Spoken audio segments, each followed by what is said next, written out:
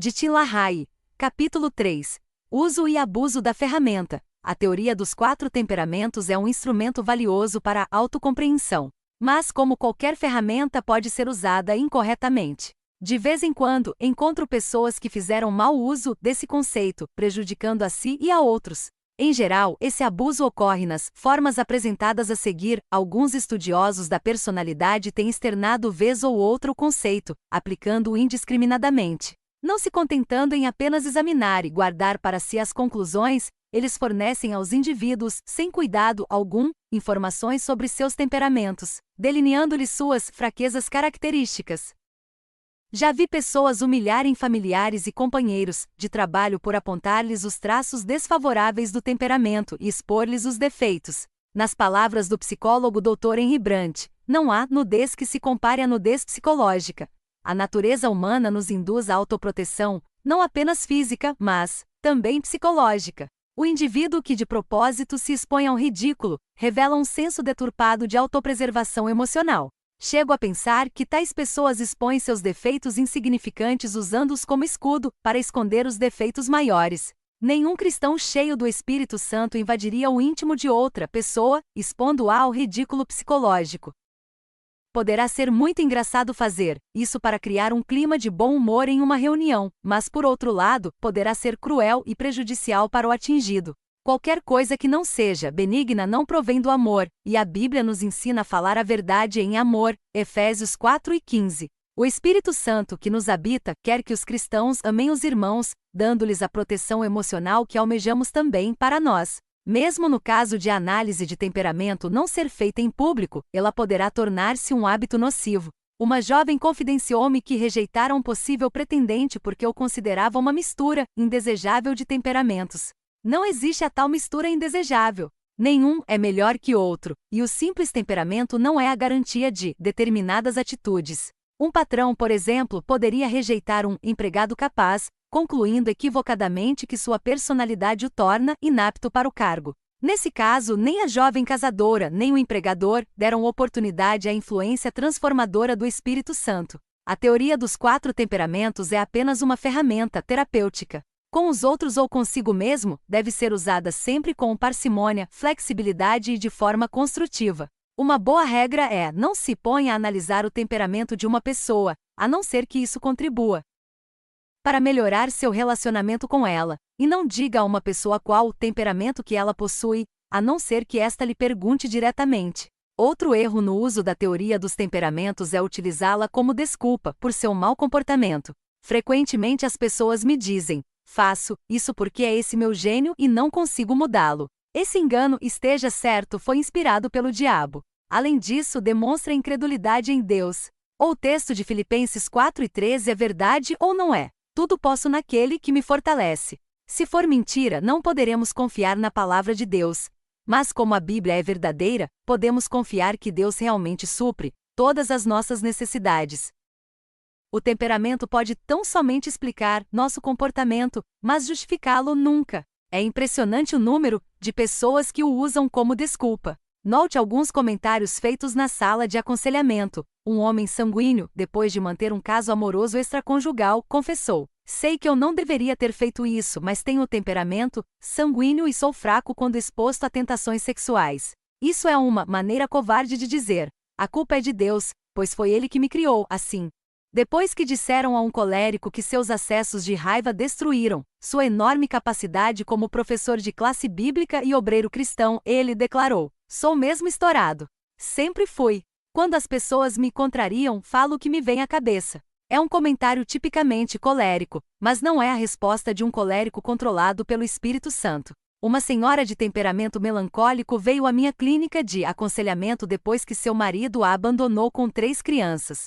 Ele a abandonou não porque tivesse outra mulher em sua vida, simplesmente sentiu-se compelido a ir embora. E ao partir disse: como nada do que faço lhe agrada, resolvi sair de sua vida e deixar que encontre alguém que não tenha tantos defeitos quanto eu. Em lágrimas, essa mulher confessou: amo o meu marido e não era minha intenção apontar seus defeitos a toda hora, mas sou perfeccionista, e ele é muito relaxado. O fato é que se erra tanto em pensar quanto em dizer alguma coisa, e eu sempre fiz questão de apontar todos os erros dele, não conseguia conter-me. Resultado: acabei pagando um preço muito alto por manter essa fixação um tanto egoísta, você não acha? Um fleumático cuja esposa, desesperada, finalmente o convencera a buscar aconselhamento admitiu que construíra uma câmara de som para sua psique e entrava nela cada vez que a esposa estava por perto. Ele era razoavelmente atencioso com as pessoas, mas em casa era como uma pedra. A companheira, de gênio alegre e vivaz, achava aquilo intolerável. O marido dizia: não me exalto, não gosto de briguinhas e confusões. Com essa atitude assumia a maneira mais eficiente de produzir úlceras, não só na esposa como também em si próprio. Escapar da realidade, protegendo-se, atrás de um muro de silêncio construído por ele mesmo, não é uma atitude compatível com o papel de liderança que deve ser exercido por um pai e marido no lar. Esses são exemplos de desculpas usadas para justificar um temperamento egocêntrico.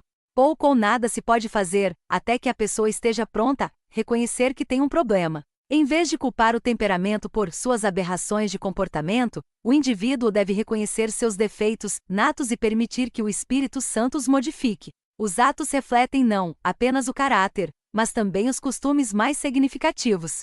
A personalidade nos encaminha para um padrão de conduta, o costume perpetua e reforça esse comportamento. O cristão não é escravo do hábito. Os hábitos, mesmo os mais arraigados na vida de uma pessoa, podem ser modificados pela fonte divina de poder que habita no crente. Saiba discernir seu temperamento. Só lhe será possível usar bem a teoria quando você souber discernir seu tipo de temperamento.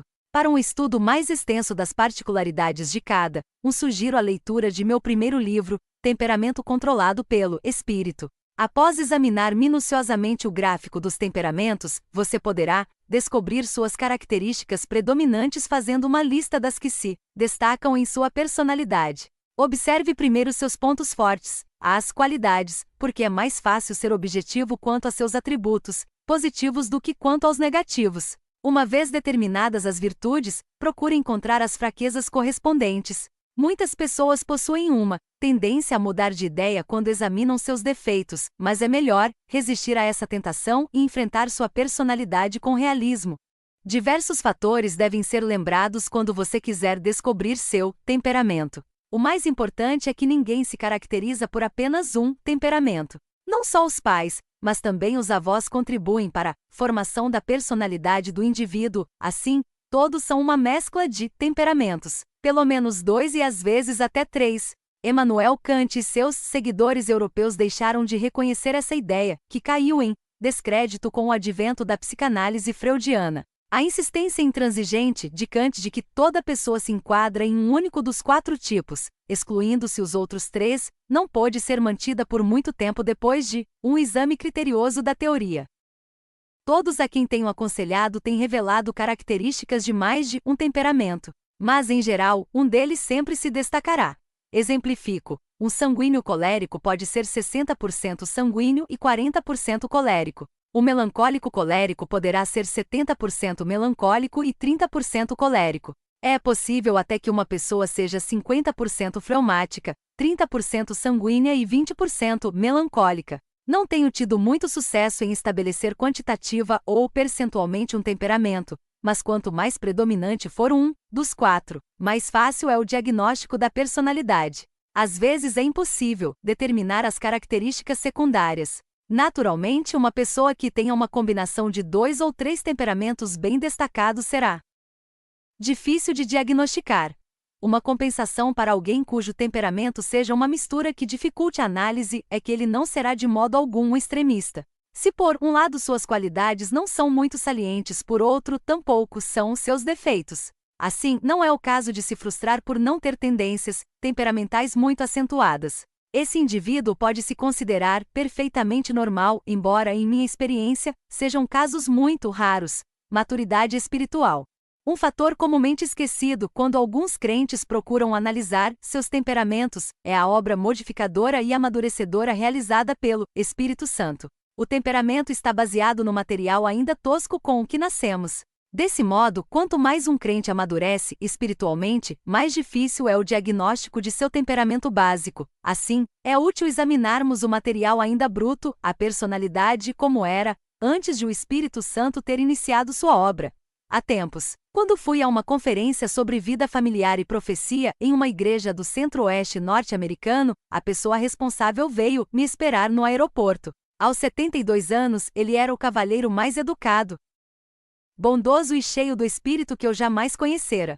Naquela semana fui informado de que ele era presidente de uma das maiores fábricas de móveis do mundo, era, portanto, um homem excepcionalmente bem-sucedido. E quanto mais coisas eu descobria a seu respeito, mais admirado ficava. Em geral, homens fleumáticos não compram uma empresa quase falida em meio a uma depressão econômica e conseguem fazê-la sair do buraco e prosperar. Isso seria trabalho para um colérico. Pois em conversa com seus amigos fui descobrindo que esta era sua história. Em seus primeiros tempos ele fora um colérico típico, um comedor de fogo, com algumas tendências à melancolia. Trabalhava noite e dia. Era organizado, cheio de iniciativa e conseguia colher resultados onde outros tinham falhado. Aos 30 e poucos anos, se converteu. Tempos depois, um tanto acidentalmente, começou a ensinar a Bíblia a um casal recém-convertido. Esse estudo bíblico logo transformou-se em uma classe, e a seguir, foi necessário estabelecer uma noite especial para as reuniões. Quando vinha conhecê-lo, essas aulas já eram realizadas 3 vezes por semana. Hoje há 2 fortes igrejas que resultaram dessas classes bíblicas.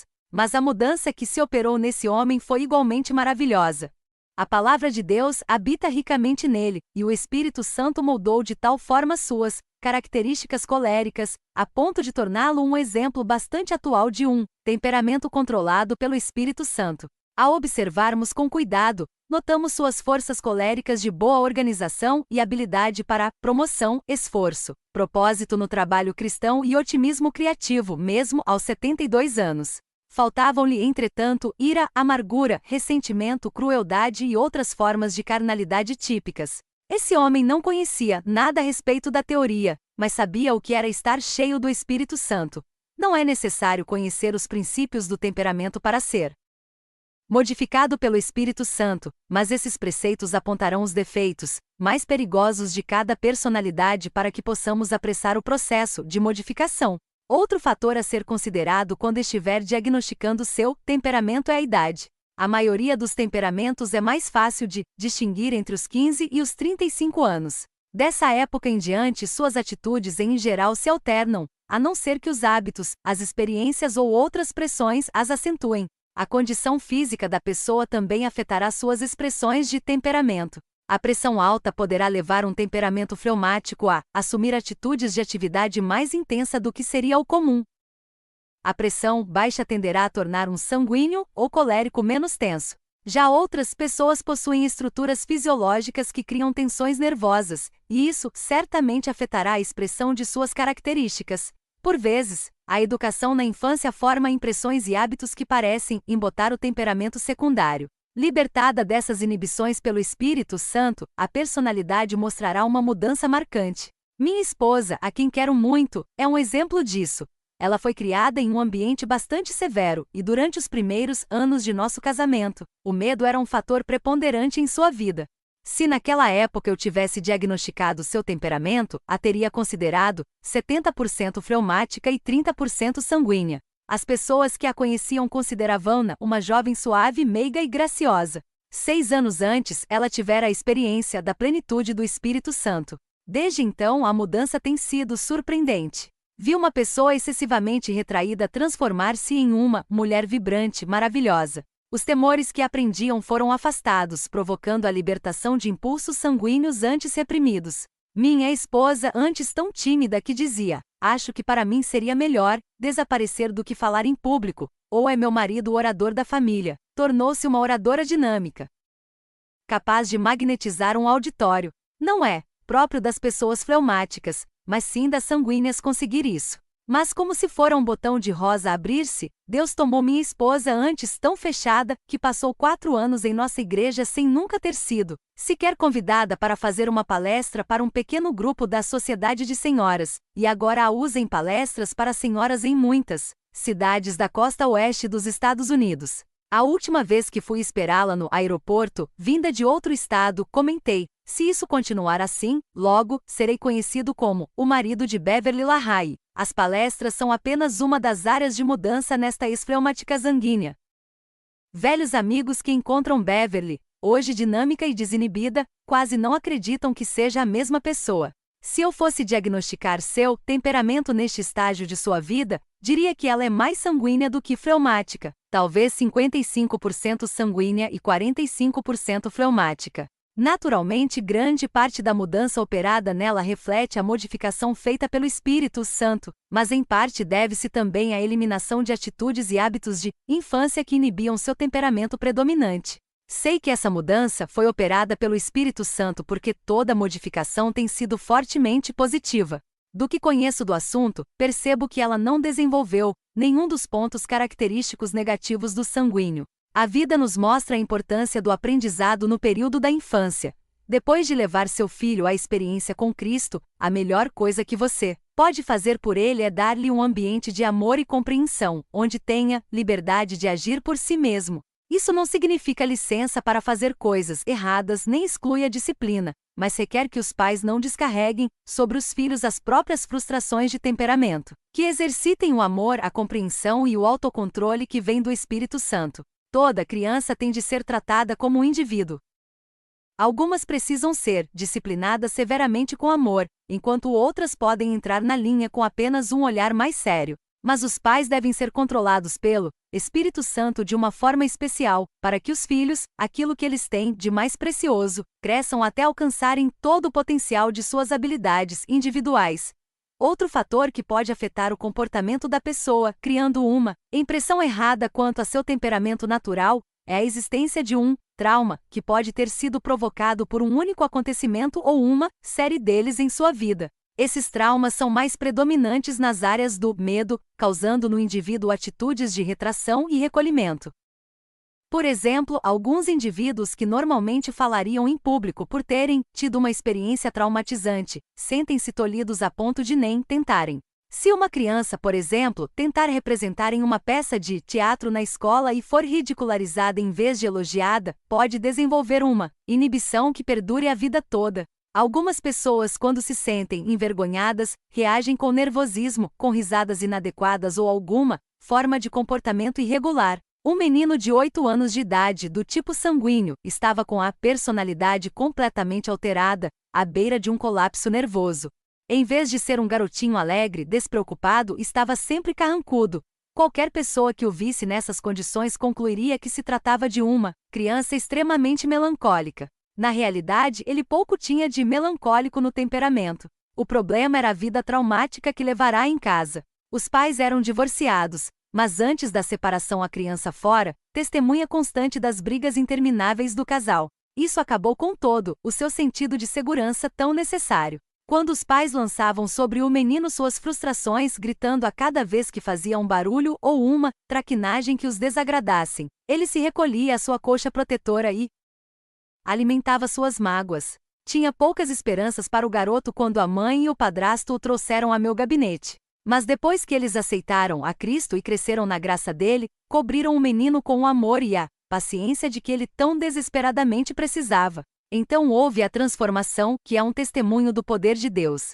Hoje ele está no último ano do ensino médio. Você jamais desconfiaria que esse jovem cheio de vida foi, aos 8 anos, um garoto fechado e triste. É evidente que o amor de Cristo transbordando dos pais para os filhos faz uma diferença enorme na maneira como eles se desenvolvem. É um erro perigoso pensar que determinado tipo de temperamento seja melhor do que outro, ou que um conjunto de temperamentos seja preferível a outro. Kant considerava o colérico melhor. Alexander Witt, pregador, preferia o sanguíneo fleumático por ser mais acessível, simpático e ao mesmo tempo controlado. Mas Deus nos criou a todos para a sua glória. Não importa quem somos, todos possuímos pontos positivos e negativos. Quanto mais forem os traços positivos, mais serão os negativos.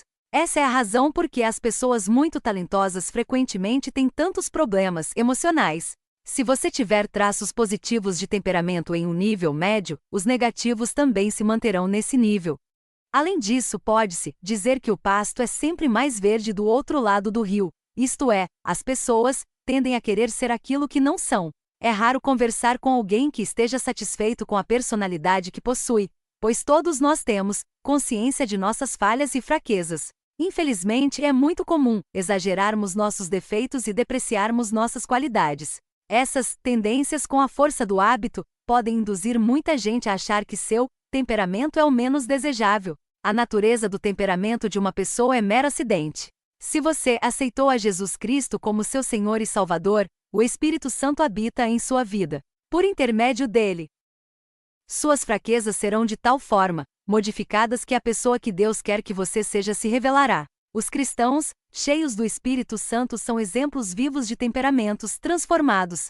Na Bíblia, revelação da vontade de Deus para o homem, lemos relatos da vida de muitos líderes espirituais. Vários desses personagens são exemplos clássicos da ação do poder transformador de Deus sobre o temperamento humano. Nos capítulos seguintes examinaremos 4 desses homens. Tenha em mente que a obra modificadora de Deus em cada um deles está também a seu alcance. Repetidas vezes Deus disse aos personagens bíblicos: "Eu sou o Deus de Abraão, Isaque e Jacó." Isso significa que seu poder é constante, de uma geração para outra. No Novo Testamento lemos que o Senhor Jesus é o mesmo ontem, hoje e para sempre. O mesmo poder que transformou homens no Antigo e no Novo Testamento hoje ainda à nossa disposição, por isso nos beneficiamos ao ver como Deus os transformou.